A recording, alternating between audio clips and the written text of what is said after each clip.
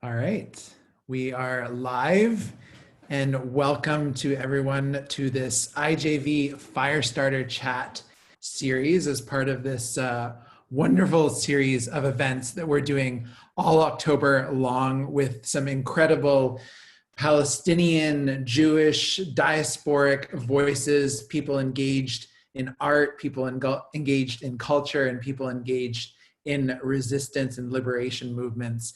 Really, really excited for this event today. My name is Aaron Lakoff. I'm the communications and media lead with Independent Jewish Voices. Really quickly, IJV is a national organization in Canada. We're a Jewish organization that stands in solidarity with the Palestinian people and the Palestinian freedom struggle.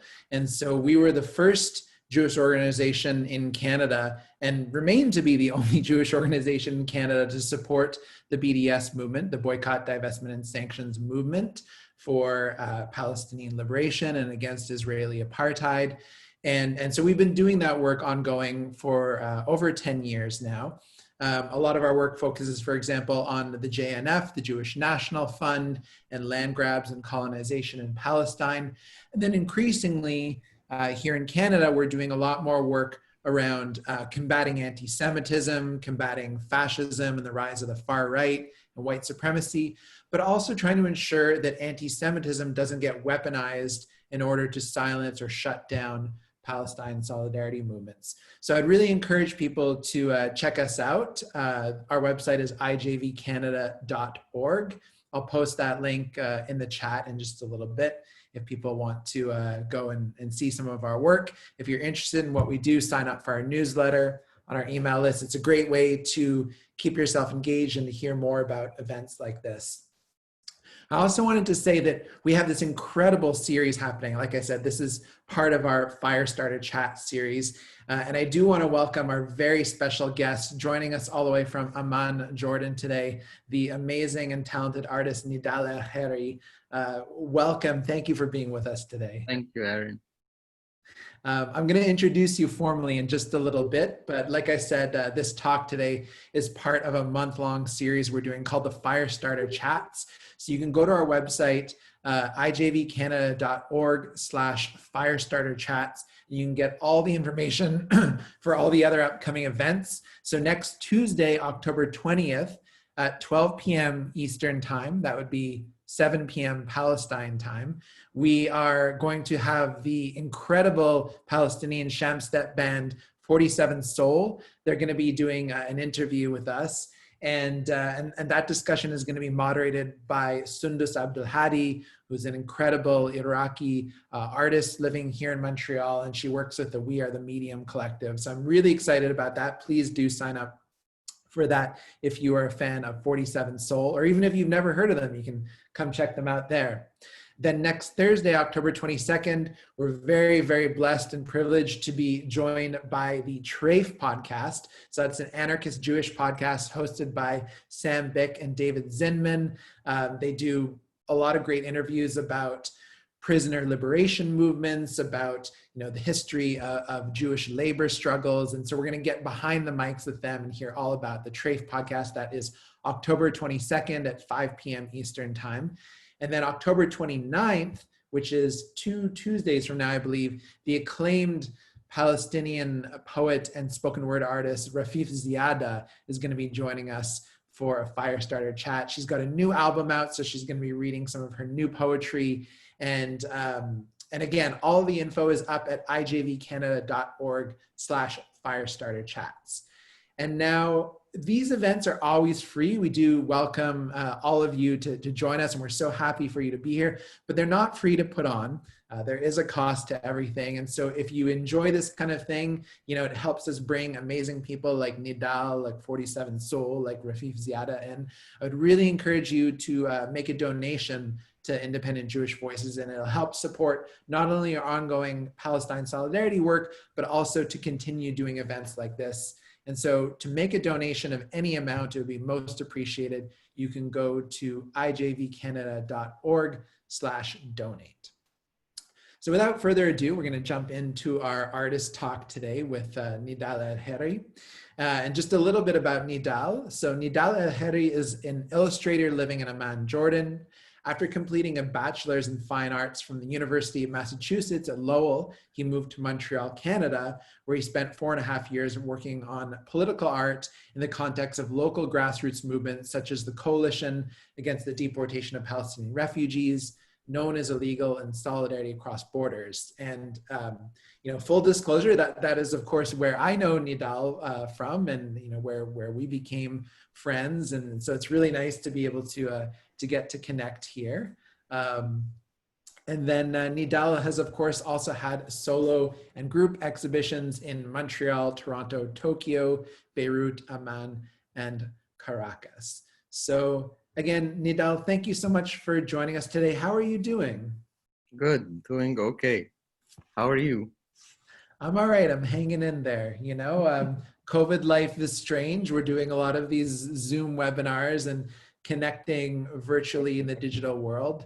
But like I've been saying to a lot of people, it is special in a way because it's opening up this space for us where, you're in Jordan, I'm here in Montreal, and we're And we never did this before. No, we never did this before. So it's really special. Yeah. I'm gonna bring up, at the very beginning, I was sharing my screen. So I'm gonna bring up this image again because I wanted to start here. And for people who are familiar with the visual identity of Palestinian art and the Palestine Solidarity Movement, they might recognize this character, but we're gonna talk about this. And Nidal, I wanted to kind of go back a little bit further in your life and kind of talk about your beginnings as an artist. So, we were having a discussion to kind of, prepare for this event. And you mentioned that the 1980s were really formative years for you in terms of, coming of age politically, and in terms of, influencing your artistic practice. So of course that was during the first Palestinian Intifada. And then of course when Najah Al-Ali and this character right here, Handala, this famous Palestinian cartoon began as well too. And so if you can maybe take us back to those years and tell us like what the context was like that you grew up in and how that influenced your early years as an artist. Well, basically my mother's parents lived in Ramallah, and all of her family, most of our side of the family from my mother's side and my father's side, they are based in Ramallah. So we used to go visit them almost every summer.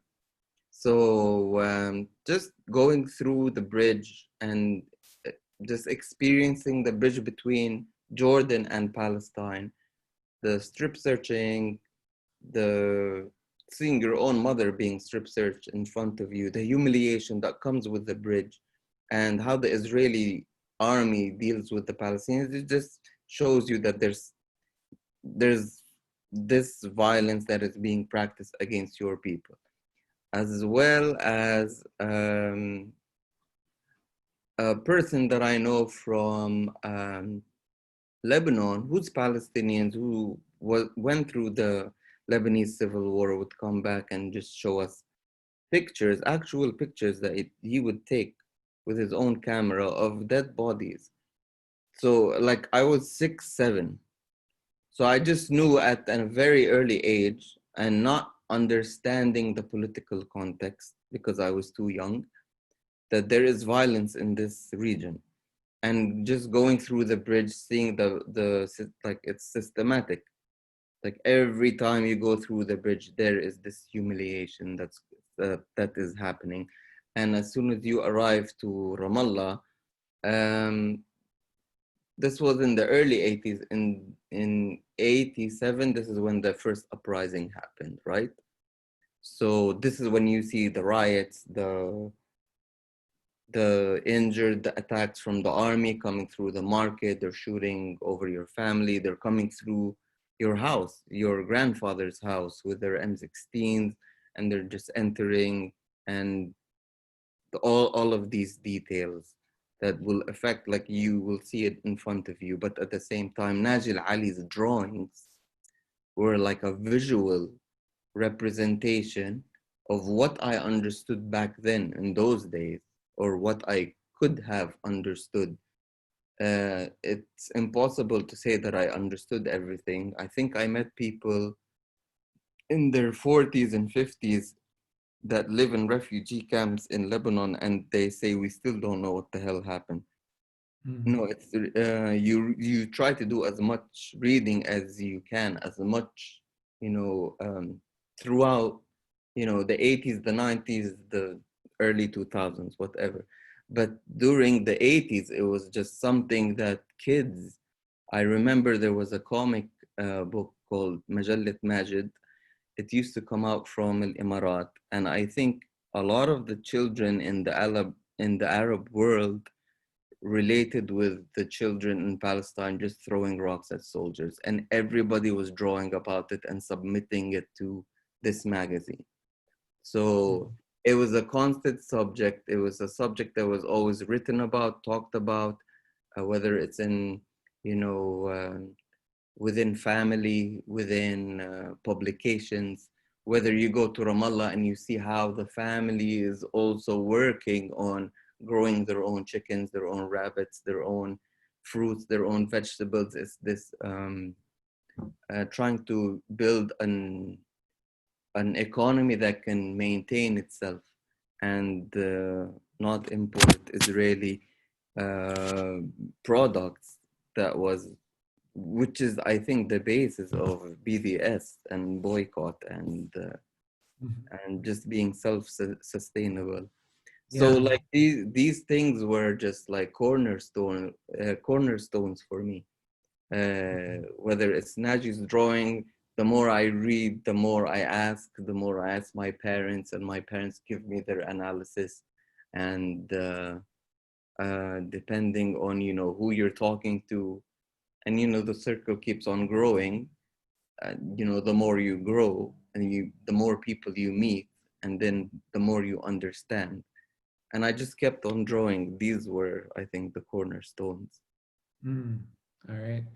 Well, I mean, this is, it's such a powerful image. And I think, of course, like you said, it's a kind of a cornerstone in a way for a lot of not only, Palestinian movement art, but I think like resistance art from all around the world will oftentimes reference Handala as being, an inspiring drawing, an inspiring figure. I want to flash forward a little bit in your life and in your artistic practice. I'm going to bring up another image. So I'm just going to share my screen on that. And I want to talk about... Can I add just one more thing about Naji? Oh, please, yeah. Naji Ali, basically what was special about Naji Ali is he had class analysis and analysis against imperialism, colonialism, and Arab regimes that were also employed by colonialism and imperialism to serve it. And this is what I found what was special about Naji, is that he made that class analysis. The fighter is different than the leader. The leader who's gaining all the money, and the fighters on the ground, on the front lines. And I don't think there was a lot of people that actually expressed that, and he got killed for it. Yeah, indeed. Right. Part of so the story. It was, yeah, I mean, that was an important thing. Thank you for adding that. So I want to flash forward a little bit. Of course, we're going to come back and talk a lot about Palestine, but I want to talk about, some of the stuff that's near and dear to my heart and to your heart. So you, just after graduating from school in Massachusetts, you came up to Montreal, where you lived for several years. And you were very involved in the migrant justice movement here in Montreal. And so this poster that everyone can see on their screen is, of course, one of your illustrations. I also have a framed copy up on my wall just behind me, and people can't see it. I just recently got it framed, which I'm really happy about. And so this was an incredibly inspiring action that happened, organized by undocumented migrants in Montreal in the summer of 2005. And it was an 8-day walk from Montreal to Ottawa to go directly to the House of Commons, the center of power in Montreal, to demand papers, to demand status for all undocumented people. And so we'll dive into it. We'll talk about the march, but you were central to the artistic production and the visual identity of this movement. And so can you start by telling us a little bit about this illustration that you did for this poster here?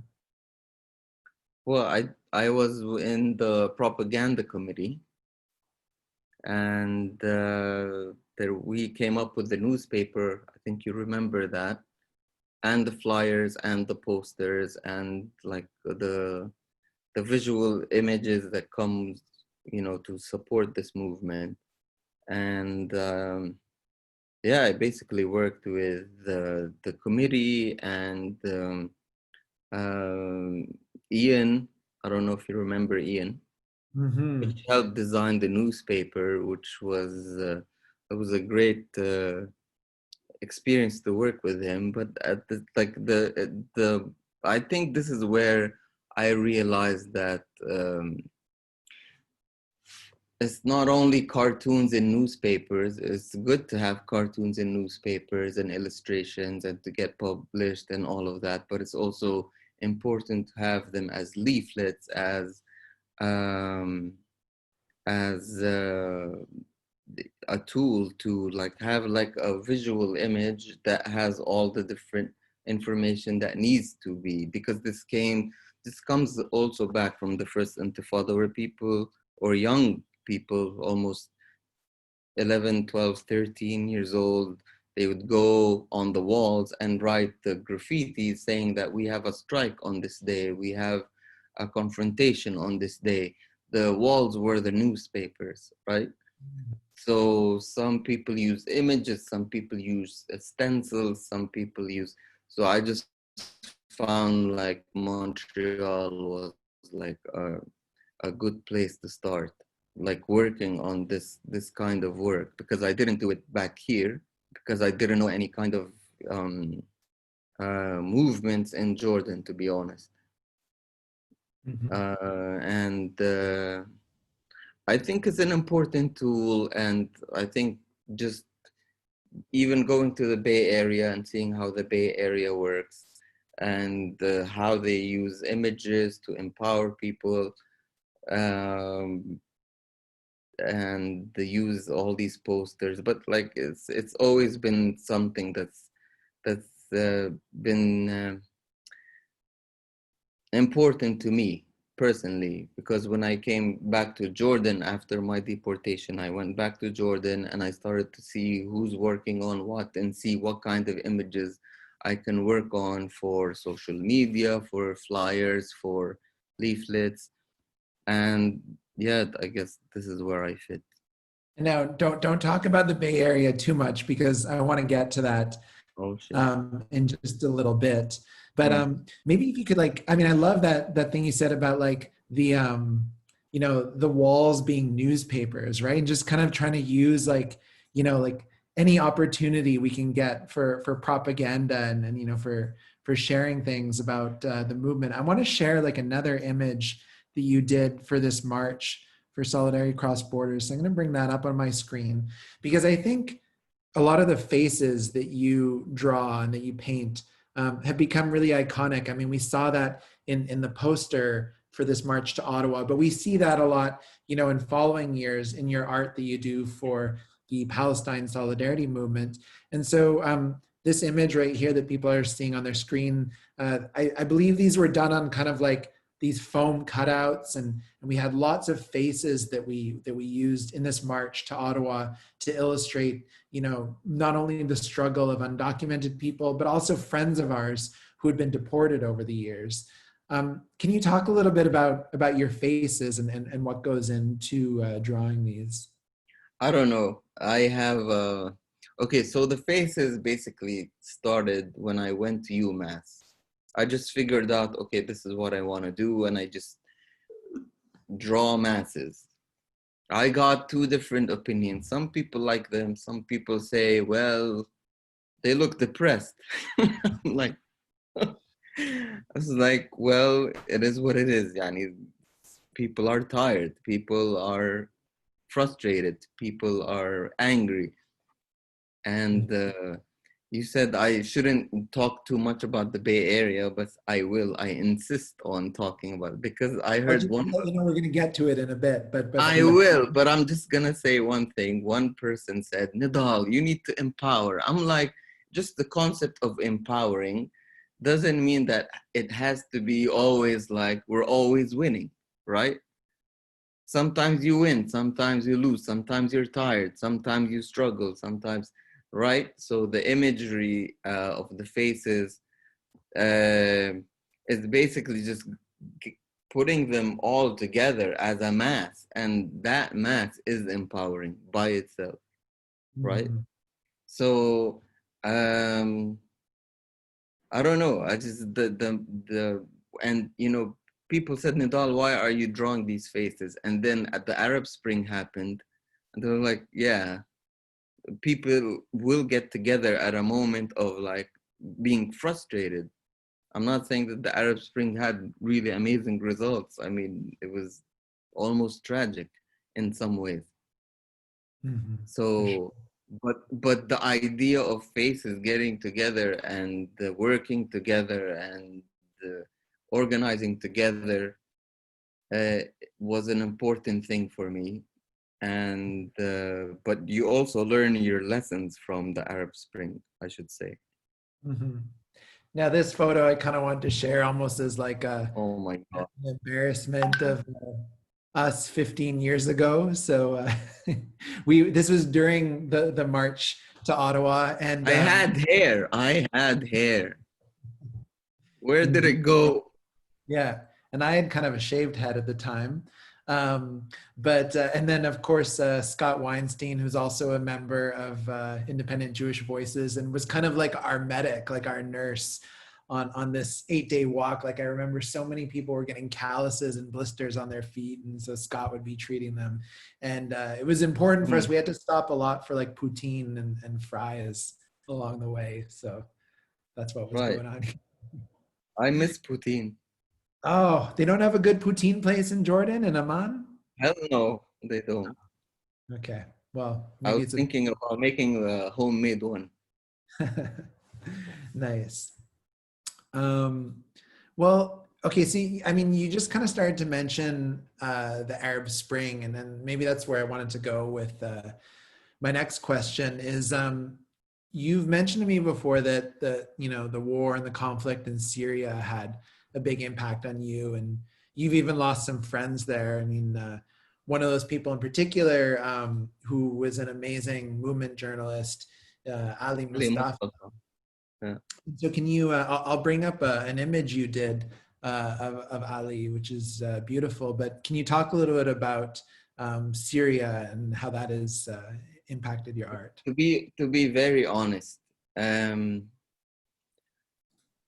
at the beginning I was all for it, right? But I did this illustration.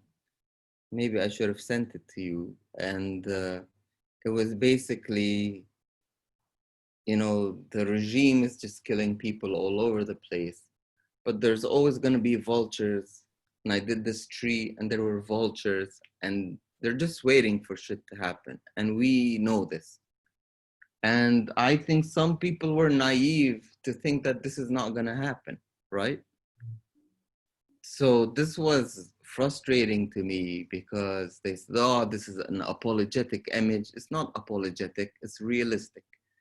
Mm. I mean, this is Syria, and this is a brutal regime that we know it is brutal, historically is brutal, till the current day is brutal. But we know that there's going to be geopolitics, there's going to be imperialism getting involved, there's going to be Israel getting involved. And so people are going to be crushed in between both. And sometimes I just think this is this is like with ISIS and Jabhat al-Nusra and all of these elements that are coming in from Turkey, supported by the Gulf, by whoever, and the CIA, and like these are destructive. This is not the uprising that we want. Mm-hmm.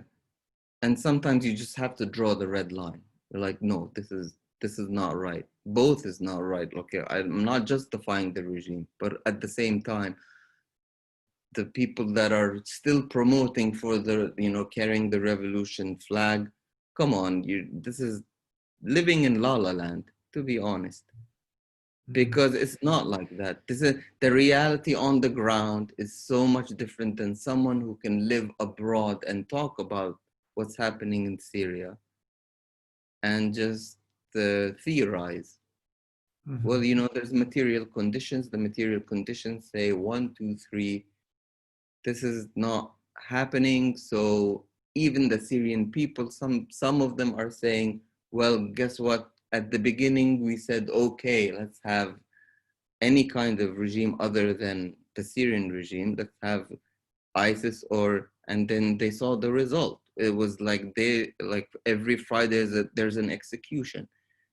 But there were also Syrian initiatives with communities working together, tansiqiyat, I don't even know what the word is in English, but they were trying to collaborate together to form something, but it didn't work because of maybe the brutality of the regime at the same time. The problem is, Aaron, is that we live under regimes that will suppress any kind of opposition. And so it's hard to build any kind of momentum or movement or a leftist movement. You're in prison. So when people are frustrated, you have nothing.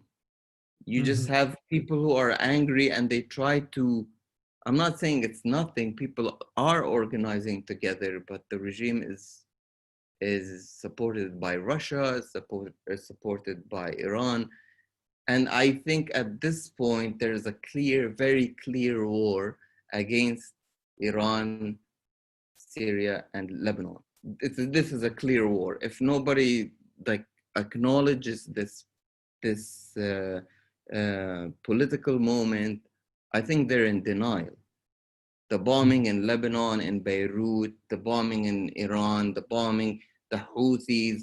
This is a war, and it's happening. Well, And one person who really tried to shed light on, I think, the human impact of the war in Syria was Ali Mustafa, who was, grassroots journalist, a friend of so many of us, who tragically died in an airstrike in Syria. And this is an illustration that you did of Ali. So can you just tell us a little bit about this drawing and what well, Ali meant? as soon as I heard, I never met Ali Mustafa. I just heard about him, that he was this comrade in Toronto, and I know that a lot of you knew him. But as soon as I heard that he died from a barrel bomb, it's just yeah, I just had to do it. And I think that this, if I'm not mistaken, that image has been wheat pasted in a lot of different places, like on walls in Egypt and around Toronto, and like a lot of your art too. I think it has a real staying power in terms of street movements and street art, and like you said earlier, right, like the walls being newspapers, which is what I kind of wanted to bring us to next, was to talk about this incredible Oakland Palestine solidarity mural that you helped work on. And so this was in 2014. And so can you, I'll bring up an image of that mural, but tell us about the Oakland Palestine solidarity mural. Well, I met Susan. Well, it's an organization called Art Forces, and Susan Green called me or emailed me, contacted me, and she said, I'd like to work, on something in Shatila for the 30th anniversary of the Sabra and Shatila massacre. So I met her in Beirut and Brummana, and we worked on the mural in Shatila. And then we said, she contacted me again to work on this mural in Oakland. So I just went there and we worked on this and worked with many amazing artists from different backgrounds, some natives, some Mexican natives, some, from Japanese origin, some Asian, and it was like, and of course, Emory Douglas, which was an honor to work with. He was the Minister of Culture of the Black Panther Party, which is someone that I admire very much. And so yeah, I think this is one of my favorite murals that I worked on, basically. It's so beautiful. And I mean, it's got a lot of different panels. So here I brought up a photo of Emory Douglas from the Black Panthers and, part of, I guess, the panel that he did, which is very iconic, right? If people are familiar with Right. Emory With Douglas' the photo. style. Sorry? With the photo. This is based on a photo. Oh, okay. Yeah. On a And woman that fell down to a tree before they just demolished the whole, the so, olive so grove. tell us a little bit more what that was like working with Emory and, working, of course, the Bay Area has such a tradition of, the Black Panthers starting there and Black Mm. liberation struggle. So what was that like connecting those struggles, Palestine and Black power through this mural? Well, okay, so basically, like it didn't start from here. It basically started from my father gave me Alex Haley's books, basically. He said, read Alex Haley, read The Roots, read Malcolm X, and my cousin came back from California. He said, you have to read Malcolm X. And so this is like I was maybe 13, 14 when I started to understand the struggle of African Americans in the United States. So, and then as soon as the internet opened in 95, 96, I started to look up the Black Panthers because we didn't have any content here about the Black Panthers. So the more there's information, the more we know, and the more you can read. And I read some books about the Black Panthers, and then I just meet the the Minister of Culture of the Black Panthers, which was huge because I saw his work before, and he was like a really humble, simple man, strong, and we spoke when we spoke, and we talked about the techniques that we work on, and he took me on a drive and showed me where I asked him to take me where Bobby Hutton was killed, the 16-year-old, with Eldridge Cleaver was with him when that happened. So I just wanted to see Oakland through his eyes. Maybe he didn't show me all of Oakland, but like he showed me some of the things that happened there. And no, it was nice to Yeah. be in touch with him. So your contribution to this mural is this tree that people can see on the left, and of course it's got a lot of your very distinctive faces within it. But trees are something that make a lot of appearances in your work. In just a moment, I'll bring up another image that people might recognize from the international poster that you designed for Israeli Apartheid Week back in 2011. And you've done several of the posters for Israeli Apartheid Week. But can you tell us a little bit about trees and their significance in your art?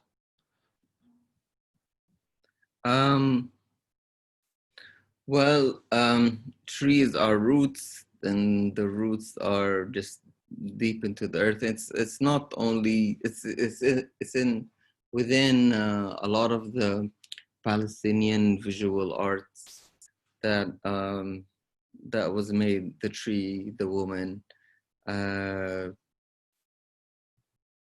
just the roots, basically, just being into the earth and staying on the earth.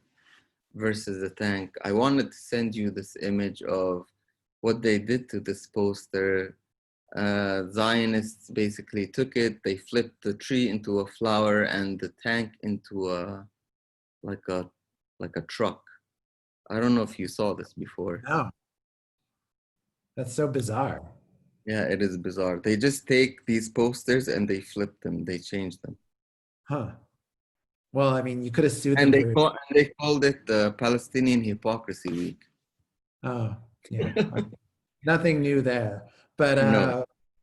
I mean, so like I said, I mean, you've designed several of the posters for Israeli Apartheid Week, which, Mm. you know, since the mid 2000s has been a global movement. It happens in Jordan, happens in Palestine, it happens all across North America. What has that been like for you working with IAW? We did 2 weeks of it here, but we didn't call it Israeli Apartheid Week because the word apartheid doesn't really resonate here. It's settler colonialism. It's simple as that.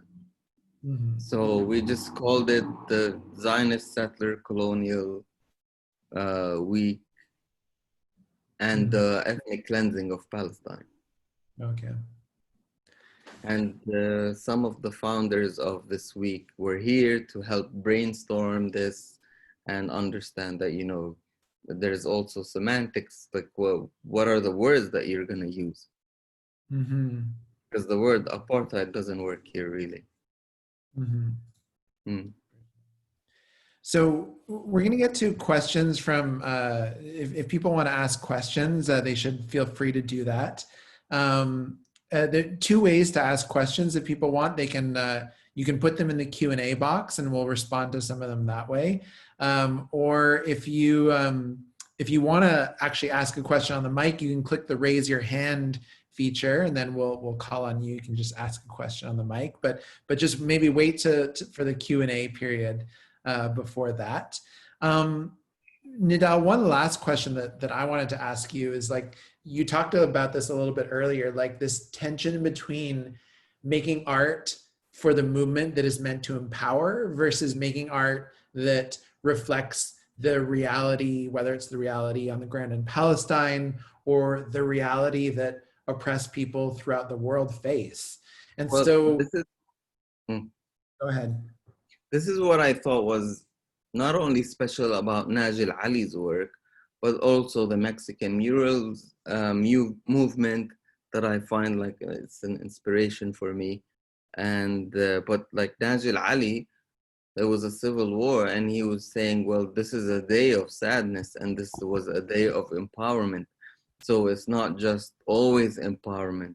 It's not a constant, like it can't be that, because it's also empowerment. It's empowering to relate with people's, you know, um, what grief and sadness and like a tragic event that happened. It's not always pretty. So um, so yeah, I just felt that the constant empowerment becomes constantly fake because we go through ups and downs. And sometimes with Emery Douglas's work, you can see that. I have the book here somewhere, but like you can see some images. I should have sent you some images and maybe we should have exchanged them. But like there's moment of like an woman holding a rifle and she's empowered. And sometimes it's just like a child that is crying alone, right? Yeah. And that is an orphan, or that is like this, you have to just acknowledge both of it and understand the dialectics of the images also. Like this causes this, Yeah. right? So like to acknowledge that, I don't know. I guess there's just this one friend that says, well, it has to be empowering. I just don't believe that. And I saw that in the Bay Area. It's like all your posters are empowering. Like, and I saw 3 buildings being burnt in the neighborhood where I was living over there. And 4 people died in one of them. Wow. So you can you can talk against gentrification in the Bay Area with Silicon Valley and the buildings being burned, but you can also acknowledge that there are people inside these buildings being burned, and Mm-hmm. what the mothers and the parents or the fathers or the sons or the daughters are Yeah. feeling at the moment. Yeah. I mean, I think it's crucial too that, the art that comes from our movement sometimes reflects a certain rage, right? Like it just reflects like the actual emotions that people are feeling. And I wanted to Mm, share another piece of yours. I mean, this one I think is incredible. It's one of my favorites because again, it's making those connections between Black Power movements in the U.S., movements against police brutality, and movements in Palestine, right? If people remember back to the uprising in Ferguson in mm, 2014, there was this beautiful moment of Palestinians sharing all of this knowledge and wisdom with protesters on the ground in Ferguson about dealing with tear gas from the police, right? Like, oh, we've been dealing with tear gas, American-made tear gas canisters for decades, and so here's what you can do. I remember seeing people in Palestine like holding onions up to their face, which I'd never seen before, as an antidote for tear gas, which is so yeah, fascinating. it Um, is. yeah, tell us a little bit about this drawing here. Well, I just think that well, we can never know what it is to be Black. Just this is my like, but at the same time, I can understand some similarities when it comes to racially profiling. Like in 1987, I had this Israeli lieutenant. His name was Captain Shai. So basically, just he saw me and he just came and he just wanted to take me, and the family just stood up against him and he wanted me to clean graffiti, right? So this is like basically you're profiling a young Palestinian, 13 years old, in the first Intifada. So this is basically profiling, right? And now, even today, even these days, on a checkpoint, you don't know what's going to happen. The uncertainty living in the West Banks is like it's real. And so when I hear young Black men or women saying that, I'm not sure if I'm going to leave the house and I might not come back, you get it, you understand it. Mm-hmm. Indeed. And um, yes, and the examples are too many on checkpoints, on just house arrest, the army just barging in. When I was in Ramallah for like 5 months, I used to wake up at like 5 a.m. There's sound bombs, and they just arrest someone from the neighborhood, right? With Mm-hmm. the with basically the collaboration with the Palestinian Authority. Yeah. And this So is the another one of your images I wanted to share just because so many of them, I mean, just touch on like transnational struggle and connecting right, with struggle. political prisoners and how historically they were in solidarity with each other in the 60s and the 70s. The Black Panthers did meet with, you know, the PLO um, and I think it was Huey P. Newton that went to Gaza at one point. Wow. So the solidarity, the political solidarity was always there, and I just wanted to reinforce through critical resistance. I don't know if you know this organization. Yeah. They're a prison abolition group in the States, Right, right? right. So I did this for their newspapers, and yeah, just wanted to connect both struggles and political prisoner struggles, and even I was eventually wanted to work on a documentary about this, but of course now with Corona, everything is shut down. I guess you Mm. can do it online.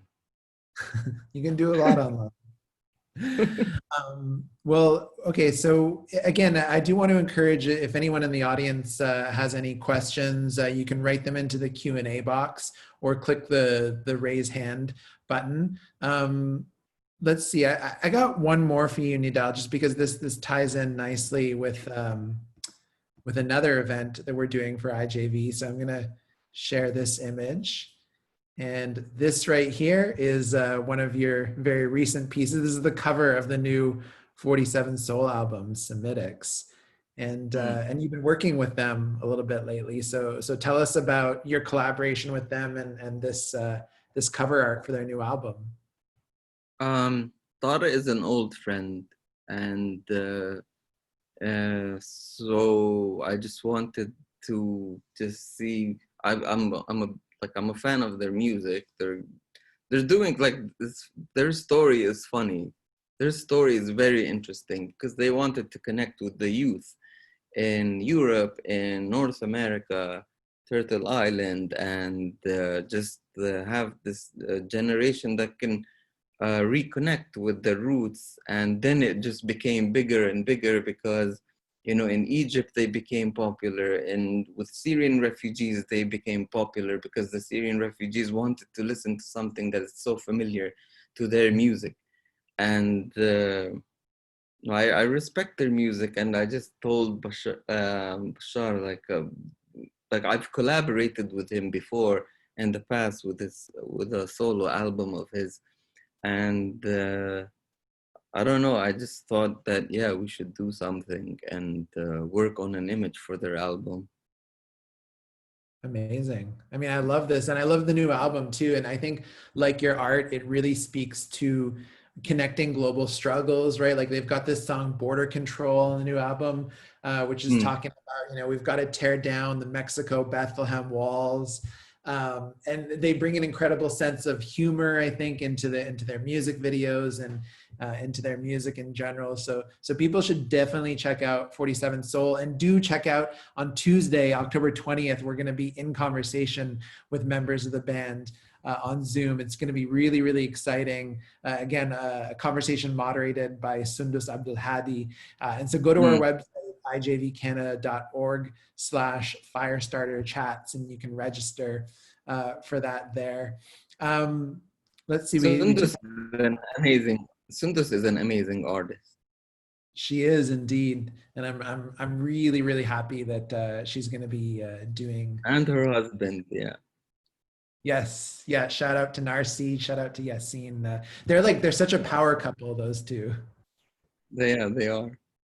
So we have a question here from Jaggy. So I'm just going to read this. He says, "Hi Nidal, really enjoying this discussion and your reflections. What is inspiring you right now, artistically or politically, or alternatively, what makes you angry and motivated?" The latest piece that I wanted to work on is the one that I talked to you before we had this live, is to have, to grow our own wheat, to grow our own fruits and vegetables. Everybody's going back to the land, basically, and just focusing on the farmers and see how we can support the farmers and do some images that can support them and network through different organizations and see how we can support them in any way, even through t-shirts, whatever we can do. So I should have sent you an image. It was supposed to be a mural. Maybe it can happen next week, but we have this situation in the family, so I just said I'll stay here with the family in the meantime. But yeah, I think this is what people should focus on, these, like, sustaining your own economy and being independent.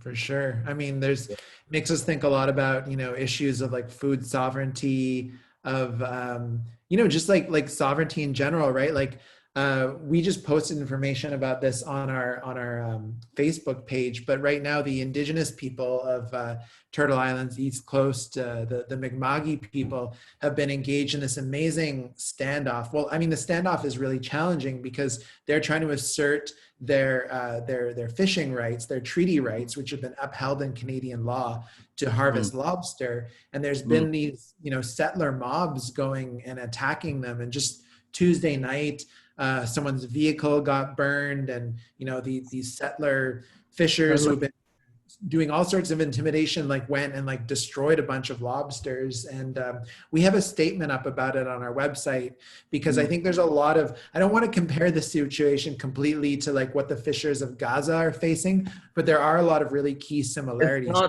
It's not the same, but there are similarities. The Israeli army is constantly murdering and killing and harassing fishermen in Gaza.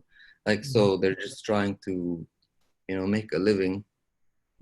For sure. But we have to think about, indigenous people in the world, standing up for food sovereignty, and communities having more control over their livelihoods in general. So that's incredible that you're doing art on that. For people who want to, see more of your illustrations or find out more about your work, is there maybe, if you have social media platforms or a website, what's the best way for people to do that? Right. But I wanted to say one thing is at one point you reach that these drawings are not enough. They'll do something, but it's also important to organize, and people that are doing this kind of work, that are growing their own white mushrooms in Palestine, Samir Khreshe is someone that I really respect. And we've always been talking about trying to export pickles, olive oil, olives, and this is totally just going to the farmers and just supporting these communities, because the economic situation here is really bad, especially with the corona. So you need to find all these solutions to try to support in any way you can. Before we go, I did want to send a shout out to the old propaganda committee from Solidarity Cross Border. We were listening in to Michelle and Miriam and Max, the new baby. Tatiana, Sarita, all of them. Jaggy, so many people. Christoph. And just lastly, before we go, I mean, maybe people don't know this, but Amman is under a bit of a coronavirus lockdown right now. You were saying, how are things on that level there? At the beginning, they were on total lockdown, so it was good at the beginning. Ironically, you see that, well, authoritarian regimes can do something. But then they just, it's non-sustainable. You can't sustain that because they depend on capitalism. They depend on free market. So they want to open the borders. And then, this is when the economy becomes more important than the human being. And then, but people want to live. I speak to some daily workers and they're like, we can't live if we don't work today. We need to get paid today so we can eat. Yeah. So I don't blame people for working, but I do blame, you just have to just think about it in a larger context, that this whole system now, the only good thing about Corona is just it's exposing how the system is failing and how it's just not sustainable. Yeah. Of course, yeah. Well, once again, Nidal, thank you so much for doing this with us. It's been such a pleasure getting to catch up, getting to talk about your art. And so, people you can find Nidal on social media. I know you're on Instagram. If you just Google Nidal El-Khairy, you'll find a lot of his images up there. And I do really want to encourage people again to check out IJV. You can go to ijvcanada.org. Check out the rest of our Firestarter Chat series. So you just go to ijvcanada.org/Firestarter Chats. Don't miss our event with 47 Soul on Tuesday. the Trafe podcast, Rafif Ziada. So much exciting stuff going on. Donate if you can. We always really appreciate that. And thank you so much again to all of you who tuned in, and thank you to you, Nidal. Thank you, Aaron. All right. All Take right. care.